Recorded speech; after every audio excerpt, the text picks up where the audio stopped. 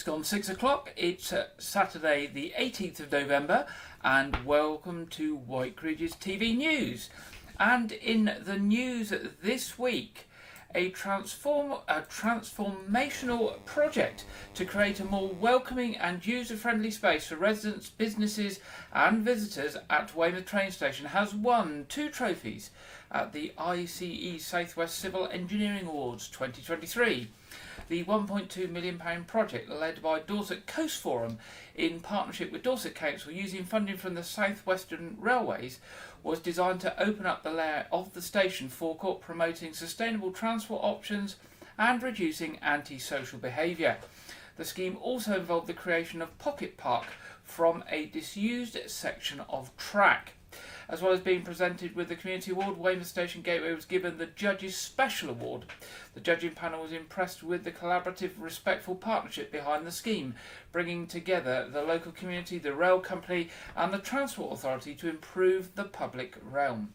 The judges described the project as an outstanding example of infrastructure that unites communities and improves people's daily lives. The harbour railings in Weymouth, from the town bridge and running along the quay in front of the old North Quay Council offices, are to be refurbished. At the same time, there is work to be done to the harbour wall due to cracking and damage by plant growth, and new stone capping will also be installed.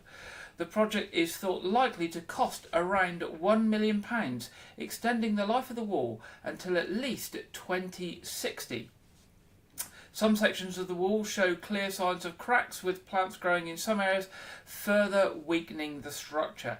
Planning permission for the alterations will allow further work on patching and strengthening a full 235-metre section of harbour wall towards Westway Road. Dorset Council intends to use the Hanson Company for the project, as they will also be responsible for the demolition of the former Weymouth and Portland Borough Council offices next to the railing site. Partial road closures will be put in place when the work takes place, as well as moving boats from berths alongside sections of the wall. A timetable for this has yet to be agreed. An engineering report says that the wall is now at or near the end of its useful life, although many of the sections are still capable of being repaired or strengthened. Its condition is better than some other harbour walls in the area because it is some way from the direct action of the sea or the berthing of large vessels. Right, moving on tonight. The government has announced spending of around £800 million to repair roads and back drivers in the southwest. Basically, millions of people will enjoy smoother, safer and faster road journeys thanks to the biggest ever road resurfacing programme to improve local roads in the southwest. Yesterday, the Transport Secretary, Mark Harper, set out the allocation of a total of £8.3 billion national long-term plan, enough to resurface over 5,000 miles of road across the country over the next 11 years. It's one of the key cornerstones of the Network North programme to improve journeys for all. Local highway authorities in the southwest, including Cornwall, Devon, Dorset, Gloucestershire and Somerset, will receive a share of the £800 million, which they can use to identify what local roads are in most need of repair and deliver immediate improvements for communities and residents. Across the southwest, local highway authorities will receive £25.5 million this financial year, followed by a further £25.5 million for next year, and the rest of the funding allocated through to 2034. The Southwest is benefiting from its share of this massive £6.5 million package to boost local connectivity. Projects include introducing rail passenger services to Wellington and Cullompton, £140 million to deliver 12 road schemes across the southwest, such as the A38 North Somerset, and the full delivery of the South West Resilience Programme, making the vital Exeter to Plymouth rail line through Dawlish more resilient in the face of extreme weather. For us down here in Dorset, we will see an extra £2 million spent on road resurfacing this year and in the following year as part of this scheme. Dorset Police has selected Rachel Farrell as its new Deputy Chief Constable this week. Deputy Chief Constable Farrell was selected after a recruitment process chaired by Dorset Police Chief Constable Amanda Pearson. DCC Farrell has been carrying out the role on a temporary basis since the summer. Chief Constable Amanda Pearson said, "I am delighted to announce that I've selected Rachel Farrell as our new Deputy Chief Constable. While Rachel has been covering the role in a temporary capacity, I am thrilled that we will continue working together for the good of our people, our communities and our partners. I would like to congratulate Rachel on her selection." Dorset Police has a strong and cohesive Chief Officer team, and this will bring stability to the organisation as we focus on making Dorset a safe county for everyone. Now, staying with Dorset Police, detectives investigating an incident where a man sustained serious injuries after reportedly being assaulted in Weymouth are appealing for information. It was reported that around 12:10 a.m. on Sunday the 12th of November, a man aged in his 30s was assaulted by a man and a woman at an address in Lennox Street. He was taken to hospital for treatment to a number of facial injuries that are believed to be serious but not life-threatening. Following inquiries at the scene, a woman aged in her 30s was arrested on suspicion of inflicting grievous bodily harm with intent. She has been released on police bail as an investigation into the incident continues. Detective Sergeant Rich Barnett of Dorset County CID said, "We are carrying out a full investigation into this reported assault, and I'm keen to speak to anyone with information that might assist our inquiries. While it is reported the incident took place inside an address, I would like to hear from anyone who witnessed any movement of individuals in and around Lennox Street near the time of the assault, or anyone driving in the area who may have captured relevant dashcam footage." I would also urge residents in the vicinity who have home CCTV or doorbell cameras to please review their footage for the early hours of Sunday the 12th of November to see if they've captured anything that might assist our investigations. Now, anyone with information, as usual, can contact Dorset Police on 101, that's their non-emergency number, or if you wish to give any information anonymously, you can do this via the Crime Stoppers charity on 0800 555 111. That's 0800 555 111. Now, a community road safety scheme in Dorset's towns and villages is marking 10 years since it was introduced to help slow down drivers. The familiar speed indicator devices are vehicle-activated illuminated temporary signs used by local communities to display vehicle speeds and other permitted messages. This helps raise driver awareness of local speed limits to reduce traffic speeds and increase road safety. In 2013, the Community SID, or Special Indicator Device Programme, now operated by Dorset Council, was updated and relaunched by council officers Joe Allen and Rob Camp to encourage and support more communities to get involved in road safety. Since then, 77 communities have signed up to the initiative at 230 locations around the Dorset Council area. This is expected to rise further, with several more towns and villages at the application stage currently. Joe and Rob work with local town and parishes to get them set up legally to operate the SID on the highway. Continued evaluation of the SID endorses the effectiveness of the signs in reducing traffic speeds. A recent evaluation of a village in Dorset with a 30 mile an hour speed limit showed a reduction of measured speeds by over 5 miles an hour from 37.1 miles an hour to 31.7 miles an hour. The number of the vehicles travelling under the speed limit increased by 529 to 1,204 a day.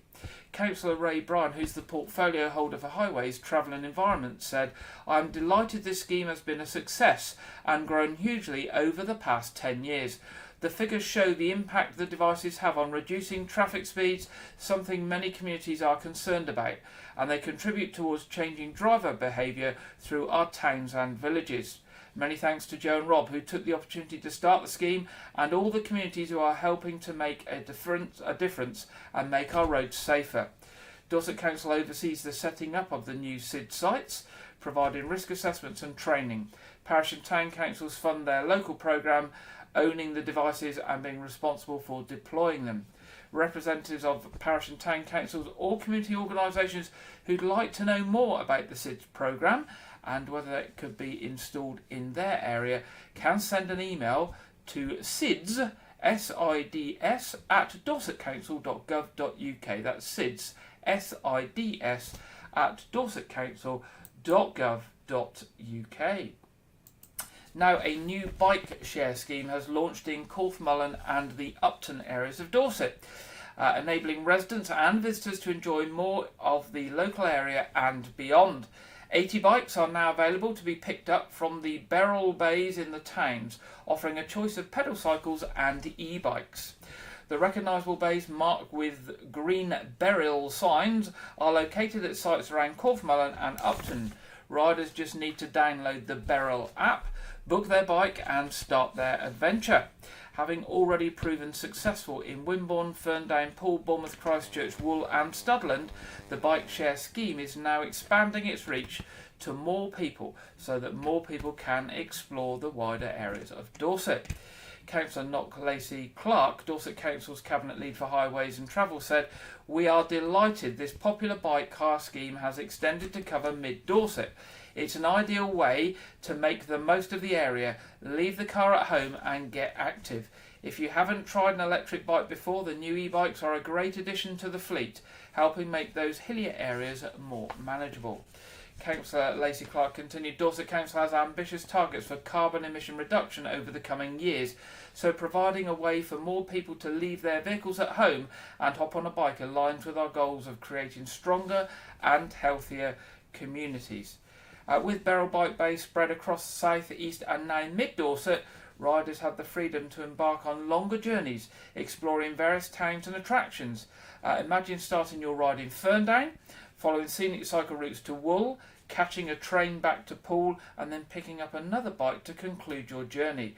The possibilities are endless. By embracing this innovative bike share initiative, individuals can embrace the natural beauty of Dorset, save money on fuel and parking, enhance their fitness and well-being, contribute to cleaner air and reduce carbon emissions, and avoid the frustrations of traffic congestion. So how do you hire one of these Beryl bikes? Well, you download the Beryl app, and that's BERYL. It's available for free in the App Store for iOS or the Google Play Store for Android users. And this will ensure a seamless experience for you all. So once you've downloaded the app, you can find your nearest bicycle, tap to unlock it, and off you go. As you reach your destination, conveniently park your bike at any designated Beryl bay, freeing you to enjoy the rest of your day. Now, Dorset scheme was launched in August 2020, and so far the scheme has generated over 5,500 sustainable journeys across nearly 20,000 kilometres of roads. And of course, we don't necessarily have them in our part of the county here in Wyke and Weymouth yet, but it doesn't mean you can't go off to Wool, get on the train to Wool and then get a bike and explore rural Dorset, and then come back to Wool and get on the train and come back to Weymouth. So maybe in the future we will have them available here as well, making all of Dorset travelable on the Beryl bikes. Now, Weymouth's Christmas Light Show Switch On takes place next Saturday at 5 p.m. and for the first time this year, festive lighting has also been installed near Greenhill Gardens, and you can see in the picture there some of the council workers installing some lights. The main festive focus for the light switch on will be around the tree Weymouth Town Council will be installing at New Bond Street this coming week, and the Mayor of Weymouth, Councillor Kate Weller, will be doing the countdown to the switch on at 5 p.m. on Saturday. The event concludes with many other exciting activities and entertainment happening in the town, organised by We Are Weymouth. This includes an elf street party and parade where people are encouraged to dress up as an elf, plus popular band and the Lego Man will be performing on the stage. But that's not all. Weymouth Town Council has installed festive lighting on the Victorian lampposts from Brunswick Terrace near Greenhill Gardens to the Rock Groin.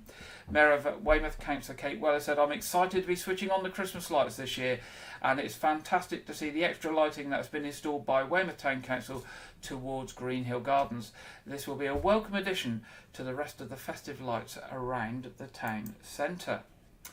Now, the magical, mechanical and mysterious world of steampunk comes to Weymouth this Christmas, as the town offers an array of different events to attend over a jam-packed weekend. Beginning on Friday the 1st of December, locals and tourists are invited on a Ghost of Christmas Past tour. The walking tour around the historic Weymouth Harbourside will be a way to explore the history and ghosts of the town. Steampunk attire is encouraged. On the same day, the No Fort in Weymouth hosts a Dickensian Christmas with mulled wine, Christmas carols and parlour games. The event starts at 7 p.m. and finishes at 10 p.m. On Saturday the 2nd of December, the Ministry of Steampunk, Weymouth College and Steampunk stallholders will join forces at the No Fort between 11 a.m. and 3 p.m.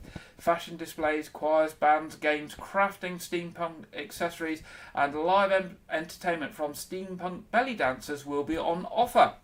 The interactive experience will bring the steampunk community together for Christmas festivities. Concluding the magical weekend, we'll see the famous steampunk promenade taking over the town on Sunday, December the 3rd.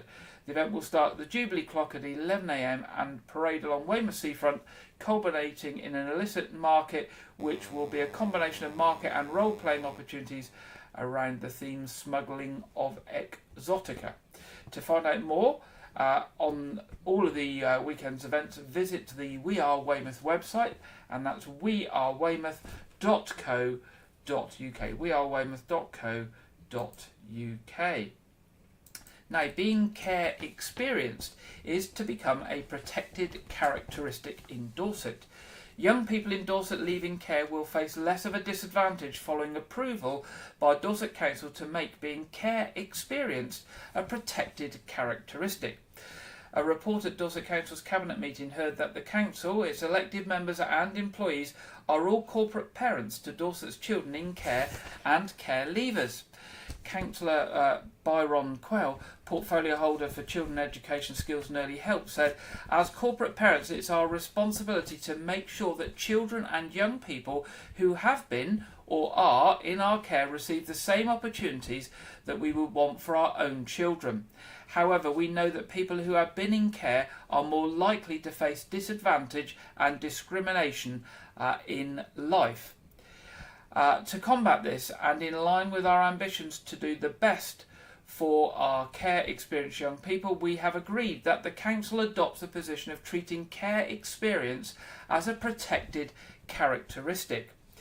The recent independent review of children's social care highlighted the significant levels of discrimination and disadvantage faced by care experienced people, saying many care experienced people face discrimination, stigma and prejudice in their day-to-day lives. Public perception of care experience centres on the idea that children are irredeemably damaged and that can lead to discrimination and assumptions being made.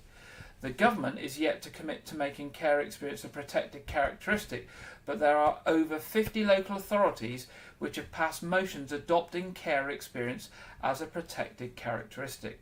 There are around 530 Dorset Council care leavers aged 18 to 25, but there are many, many more people living in Dorset over this age who would currently benefit from the recognition of care experience as a protected characteristic. If approved, this would mean that being care experience in the Dorset Council area would be treated as if it were a protected characteristic under the Equalities Act 2010, so that decisions on future services and policies made and adopted by the Council would be assessed and consider the impact on people with care experience. Now, Weymouth Town Council is to have 2 more neighbourhood plan engagement events. The full list of the events, and we've mentioned these before, but there are a couple of extras now listed, are as follows. Thursday the 16th of November, the Moonfleet Indoor Bowls Club, the Marsh, from 4:30 to 6:30. Wellworthy Sports and Social Club, Dumbarton Road, Wyke, Regis, Monday the 20th of November, 4:30 to 6:30. St Aldham's Church Hall, Spa Road, Wednesday the 29th of November, 4:30 to 6:30. Wednesday the 22nd of November at Preston Village Hall, 4:30 to 6:30. Monday the 27th of November at Littermore Community Centre from 4:30 to 6:30, and Monday the 4th of December in the Council Chamber on Commercial Road from 6 p.m. to 8 p.m. And this is about consultation for the town plan, or the neighbourhood plan for the town. The plan sets policies for Weymouth's future development through to 2038, and a consultation period opened on October the 27th, and feedback can be given on the draft plan up to 5 p.m. on Friday the 8th of December. You can ask questions about it at these consultation events, and then they are encouraging you to fill out the survey.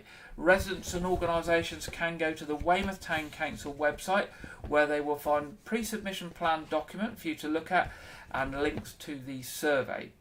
And the website for Weymouth Town Council is www.weymouthtowncouncil.gov.uk. That's www.weymouthtowncouncil.gov.uk.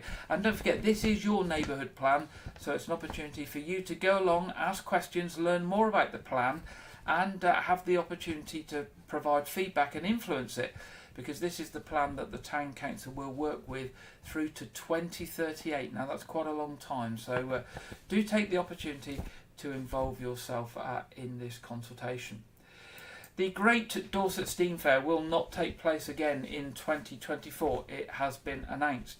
It will be the second year the event, usually held near Blandford, has not run, with the organisers saying it's due to the spiraling costs of putting the show on, which have risen to well over £4 million. In a statement posted on social media, a spokesman for the Great Dorset Steam Fair said, This was a sledgehammer blow to the Great Dorset Steam Fair, resulting in the cancellation of the 2023 event. Regrettably for 2024, the soaring costs of 2022 have been compounded by a further overall increase of around 12%, and with additional regulatory and compliance requirements, this could well increase to around 15% or more, meaning operating costs for 2024 would rise to between £4.7 million and £4.9 million. Another staggering increase, closely mirroring the previous huge increases from 2019 to 2022. The spokesman said in order to bridge the financial gap, turnover in 2024 would need to increase significantly, and camping and ticket prices would have to rise between 70 and 75%. They added, whilst this would be in line with what some other major festivals charge, the Great Dorset Steam Fair directors are very conscious that in the midst of a cost of living crisis, the overwhelming likelihood is that the majority of our visitors will find it unacceptable and unaffordable. Now, the Great Dorset Steam Fair Managing Director Martin Oliver has said, the Great Dorset Steam Fair is a world-renowned event and it's enormously popular, but sadly the harsh reality is that there is little we can do financially to make running the 2024 event financially viable. He said, while there has been interest in the sale of the event and discussions are ongoing, a deal is yet to be finalised that would enable the 2024 event to run. It is a desperately sad situation, he went on to say, that we are unable to continue, but unfortunately, despite our best endeavours, the current position is that the 2024 show will not be running. Nevertheless, the event remains for sale and we remain hopeful that there may be a Great Dorset Steam Fair in 2025, and the present management team will do all they can to assist making this happen. And finally, in our news headlines tonight, the dig that is underway at the old council offices at North Kiln, Weymouth, is to be extended. The archaeological investigations were due to finish this week, but they have gone on due to poor weather and delays. They will now continue until the end of the month. So far, the archaeologists and local volunteers helping them have found medieval animal bones, cannonballs from the times of the Civil War, pottery, a slipper, and ruins of the old Weymouth Arms public house. And that's the end of the news headlines this week. Now, we're really pleased that this week Clive Gray, our gardener, is back with us, and he's been in the garden this week, and we're now going to see what Clive has been up to in the garden this week. Hello again, and well, the recent storms are now past, and I've been able to get back out in the garden again, so nice to have your company once more. Today I'm going to be transplanting these cauliflower seedlings. I've dampened off the compost in here, ready to do some lifting, and I'm going to be using some of my little pots to transplant the ones that I'm giving away, and others are going to be used in the greenhouse to plant out for our winter crop. When I'm lifting these, I tend to use just a household fork to break the soil so that I can get the plants out without damaging the root. And we'll just lift a few here.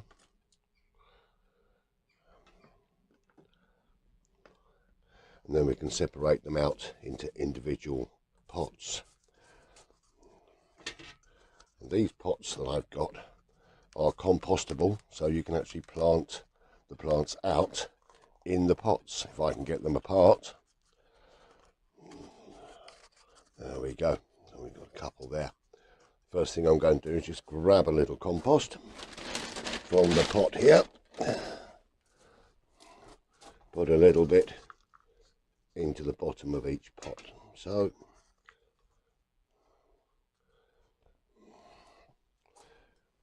and then we can just separate seedlings gently at the roots.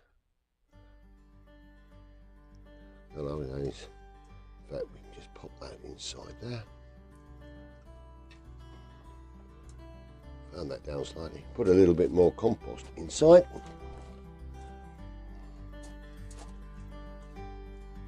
Bring that up nicely to the top. And then once I've done all of these, I'll give them a nice little water. And then they're ready to pass on to friends and family. The next ones that I'm going to be planting out are for growing in the ground here in the greenhouse. I've refreshed the compost here, and I'm just going to plant these into the ground. Give them a nice little firm, and then we'll have these at around about 300 millimeters apart. To give us our next crop of cauliflowers in here. Those nicely into the ground and get them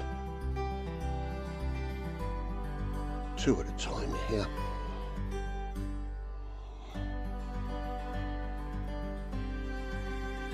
And they're going to give us a nice crop in a few weeks' time. I'll carry on planting these out. Well, thanks for joining me. And so the cauliflowers are transplanted, and I've got 14 now that are planted in the greenhouse, and I've got 24 in pots to pass on. So if you live close to me, you've got my details, send me a message and you can have some. Absolutely fine. Well, that's it for another little week in the garden. Sorry we missed a couple of weeks, but the weather has been really atrocious, but it's rather nice today. So I'm just going to leave you saying good luck, look after yourselves, be kind to each other, and happy gardening, and cheers. See you next time.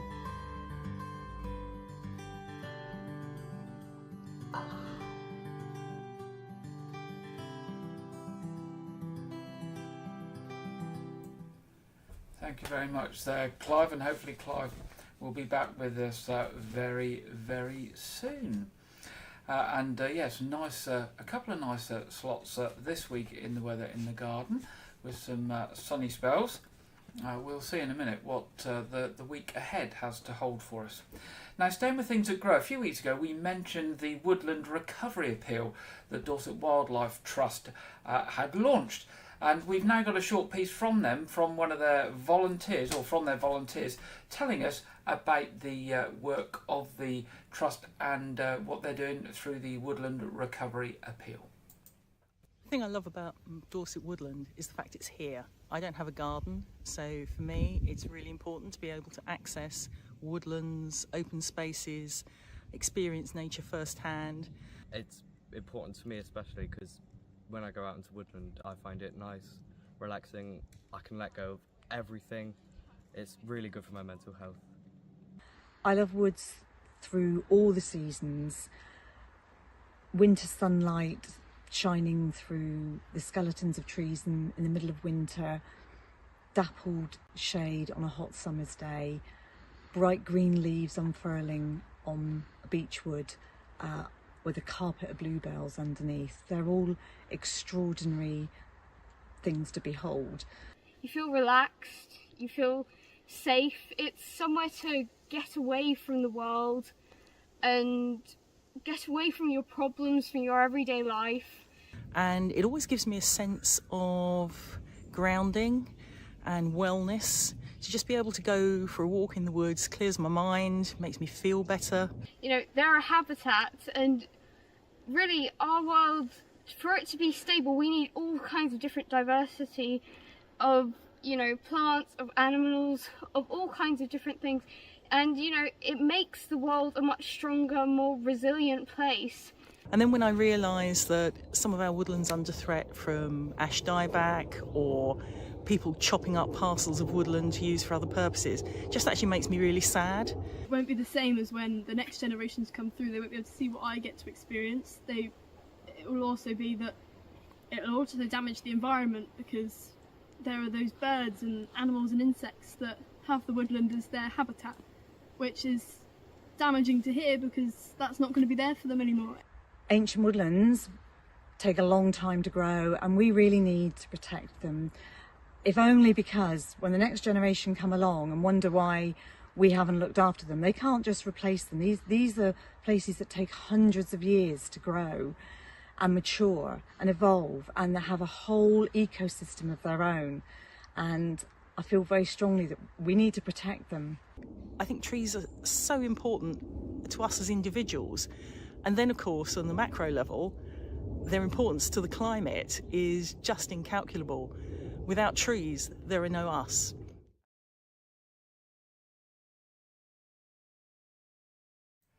There we go, that's some of the volunteers from Dorset Wildlife Trust talking about the Woodland Recovery Appeal. And you can go along to the Dorset Wildlife Trust website to learn more about that and to donate towards that appeal. And it's dorsetwildlifetrust.org.uk.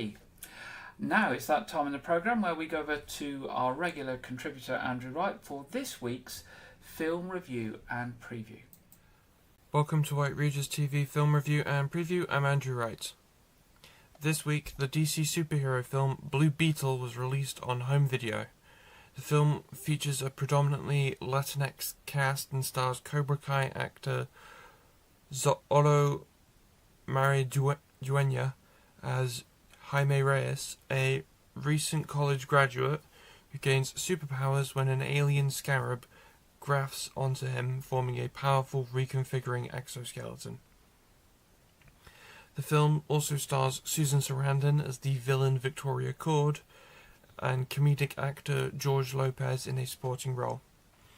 Now, this was my first time watching the film after I reviewed the trailer as being a copy of other superhero films, and I have to say, I was right. The film absolutely copies other superhero films, so not a lot about the film feels original or inventive, but I did like the chemistry of the cast. I gave the film 3 stars out of 5. This week, the video game racing biopic movie Gran Turismo was released on home video. The film is based on the true story of Jan Mardenborough, a teenage Gran Turismo player, so a video game player, who becomes a professional racing driver. The film stars Archie Madekwe as Mardenborough, as well as David Harbour, Orlando Bloom, Digimon Honsu, and Jerry Halliwell Horner. Now, this was my first time watching the film, and it was one of my most anticipated films of the year, and it absolutely lived up to my expectations. I thought the film was perfectly cast, and the racing sequences were great, highlighted by the camera work, so I just loved the film. I gave the film 4.5 stars out of 5. This weekend, the Hunger Games prequel film, The Ballad of Songbirds and Snakes, releases in cinemas. The film stars Rachel Ziegler, Tom Blythe, Peter Dinklage, Hunter Schafer, and Viola Davis. The film is set 64 years before the 2012 film. and revolves around the series of events that led a young Cornelius Snow on the path to becoming the tyrannical leader of Panem, including his relationship with Hunger Games tribute Lucy Gray Baird during the 10th Hunger Games. Currently, the film has about 60% positive reviews from critics, which have criticised the film's ending. I'm not entirely up to date on the reviews for it, so you might have to look online for that. The film is in cinemas this weekend. That's all I have for this week, but be sure to check back next week where I will review The Nun 2. Now back to Gary in the studio. Thank you very much, Andrew, and we'll be back with Andrew next week for our regular film review and preview. It's time now for the weekend weather, and firstly over to the Met Office for the national weather forecast, and this week we are joined by Craig Snell.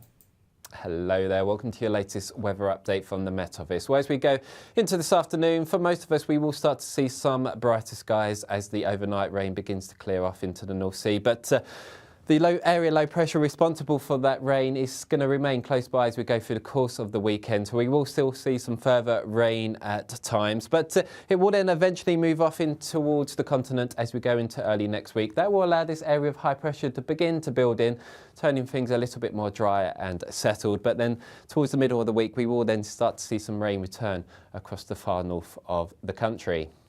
But to the here and now, you can just see that overnight rain just clearing the very far east as we just go past lunchtime. But for many parts of England and Wales, it should be a drier and brighter afternoon. Not wall-to-wall sunshine by any means, there will be plenty of cloud around, but overall it should be feeling much brighter than it has done this morning. For Scotland and Northern Ireland, however, we will still see some further outbreaks of rain at times. Some of that could be quite heavy, and probably still fairly persistent across parts of Shetland where it'll be accompanied by a strong wind. So feeling quite cold here, temperatures at best reaching around 8 or 9 degrees, but elsewhere a mild feeling day, certainly much milder than it has been. Temperatures in the south easily reaching around 15 or 16 degrees.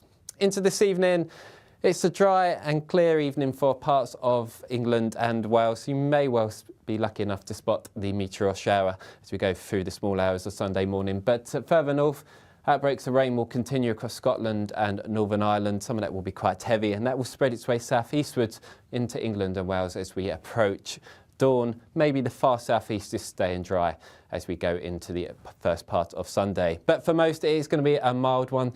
Temperatures firmly into the mid to high single figures across most parts of the country. Coolest probably across sheltered glens of Scotland, may well fall down to around 4 to 5 degrees. Overall, Sunday, however, it's going to be a fairly unsettled day across most of the country. Showers or longer spells of rain working their way eastwards. I think the best of any brightness will be reserved across parts of eastern Scotland, especially as we go into the afternoon period. May well start to turn a bit brighter for western parts of Northern Ireland, maybe western Wales, southwest England too. But despite the cloud and rain, it's going to be another mild one. Temperatures maybe just a shade cooler for southern England compared to today, but for most, temperatures in double figures. Well, if you want more information about the weather where you are, you can always check out our website or app, and don't forget to follow us on YouTube. But that's all from me for now. Take care, and I'll see you again soon. Thank you very much there, Craig, for the national weather forecast there from the Met Office. And looking at the local forecast for the week ahead, what have we got coming up this week? Well, there we go.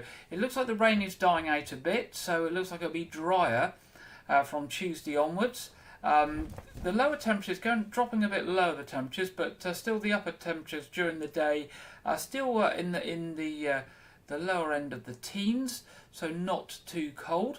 But it looks like sunny spells and a bit cloudy, but hopefully as the week goes on it will be drier. So that's good news for the week ahead for once. Not those rain showers every day of the week. Let's keep our fingers crossed, because we do know down here on the south coast that weather can change rapidly and the forecasts are not always accurate, but let's keep our fingers crossed. Turning to the what's on for the coming week or so ahead, Weymouth Pavilion first of all. 19th of November to the 22nd of November, so starting tomorrow, Project Play presents A Vicar of Dibley Christmas. Now that I'm sure is going to be really, really good. Project Play are a really good group of people that make some real fun plays. I've been to them myself before. I've thoroughly enjoyed them. 23rd of November, The Illegal Eagles. 26th of November, Rhythm of the Dance. 28th of November, Classic Ballet and Opera House presents Giselle. And then on the 29th of November, the same organisation presenting The Nutcracker. And on the 5th of December, it's the Lions Christmas show, put on by Lions and local entertainers, raising funds for local charities and Lions supported national and international charities. Now, tickets for all of those are available, and many other things, I should say. There's just a snapshot of some of the things on at Weymouth Pavilion. Are available online on the online box office at weymouthpavilion.com, or by telephoning the box office on 01305 783 225. That's 01305 783 225. Turning to the Know the Fort tomorrow, they've got their Cold War experience on from 11 o'clock to 3 o'clock. You can go down into the Cold War bunker and various bits and pieces going on. Next weekend, 25th and 26th of November, they've got their Elf Hunt. And on next Sunday, the 26th of November, the Nose Artillery will be doing a demonstration. 1st of December, as we've mentioned, that weekend they are tied in with the steampunk events going on in Weymouth. So on the 1st of December, they've got their Dickensian evening. 2nd of December, they've got their steampunk Christmas at the Nose. And on the 3rd of December, they've got one of their Christmas shows from Pickle Bottom the Elf. Again, all the information on those and other things happening at the Nose Fort are available at www.nosefort.org.uk. Now, Arts Reach, there's a very full programme that's now been published. And it is out and about. I think I've got one here. No, I've lost my programme. It's usually under my desk here. Now it's disappeared. Lots and lots of Arts Reach events going on throughout the whole of Dorset. Just touching on a few of the ones closer to home. 25th of November, King Lear at the Powerstock Hut. 2nd of December, folk music from Flanders at the Royal Manor Theatre on Portland. And 8th of December, the Merry Adventures of Robin Hood at West Stafford Village Hall. Now, there are literally tens and tens of different shows coming up across the next month or so with Arts Reach. They are throughout rural Dorset. They are in small, exquisite venues like village halls and that sort of thing. And it's also an opportunity not only to go and see something quite different, because they have a wide range of different shows and things on, but to actually visit some of our lovely villages across Dorset. So do have a look at the Arts Reach website, www.artsreach.co.uk, and have a look at some of the wonderful things that they've got going on. And if they take your fancy, why not take a little explore out to one of our rural villages and enjoy an afternoon or an evening out.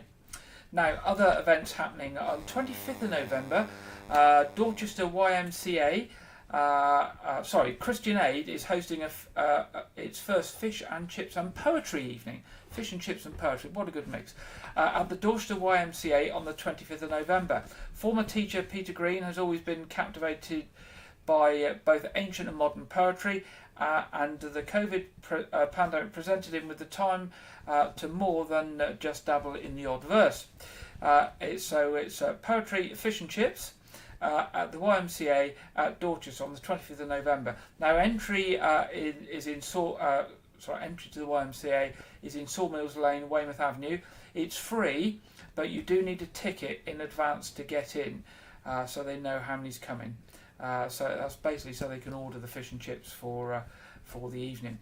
Now, tickets for the event, which runs from 7:30 to 9:30, can be obtained from the United Church Shop at Dorchester or from Tony Boyden on 07881 464 790. That's 07881 464 790. That's Tony Boyden, or from the United Church Shop Dorchester, where you can walk in and get them. Now, this week on Wednesday the 22nd of November, a cellist is to perform at the Weymouth Lunchtime Concerts. You may have heard us mention the Weymouth Lunchtime Concerts before. They held at St Mary's Church in Weymouth, and it's 1 p.m. this Wednesday, the 22nd of November, and the cellist is Joseph Spooner. is making a welcome return. He's played before. He will be joined by Weymouth pianist Duncan Honeybourne in a programme which includes Frank Bridges' Sonata for Cello and Piano. Tickets cost £5 and are available on Ticket Source. And if you search for Ticket Source and Weymouth Lunchtime Concerts, hopefully you will get to the page to be able to buy those tickets online. Now, the Mayor of Weymouth, Kate Weller, is hosting Carols by the Coast. That is going to be on Saturday, the 2nd of December, starting at 5 p.m. And it's going to be by the extra Christmas tree that's going to be on the seafront by the beach office on the promenade. And the Salvation Army Band will be accompanying that. And the invite is out for anybody to go along. That's Saturday the 2nd of December, 5 p.m. by the beach office on the promenade for Carols by the Coast, hosted by the Mayor. And there will also be free parking for that event, as it's on one of the free parking days in the town. Now, we're almost there. Church services tomorrow, regular services tomorrow. All Saints Church, 8 a.m. There's a communion and it's a Book of Common Prayer service. At 9:30 there's a common worship service of communion at All Saints Church, and 11 o'clock a communion service at St Edmund's Church. And so you'd be very welcome at any of those services in Wyke, Regis. Soon to be published will be all the Christmas services happening, and we'll make sure you are aware of what is going on in and around Wyke for Christmas, and both the church and any other events that are going on. Now, just to say before we finish tonight that our quiz will be on at 7:30, be going live at about 7:15 in about 30 minutes time, so you can settle down and make sure you've got the stream up and running before we start promptly at 7:30, and anyone is welcome to join that quiz. It's free, it's family friendly, and it's for the whole community, and everyone will be welcome. Now, that brings us to the end of this week's programme. Of course, we would love to hear from you if you've got any events coming up for Christmas, whether it's carol concerts or it's Christmas bazaars or anything else that's going on. Do drop us a line. Our email, as ever, is news@wykeregis.tv. That's news@wykeregis.tv, and we would love to hear from you. That's it for this week. We've come to the end of another programme. I will be back with you next Saturday at 6 o'clock for our next news programme. I hope you have a good weekend and a good week ahead, and I'll see you next week. Good night.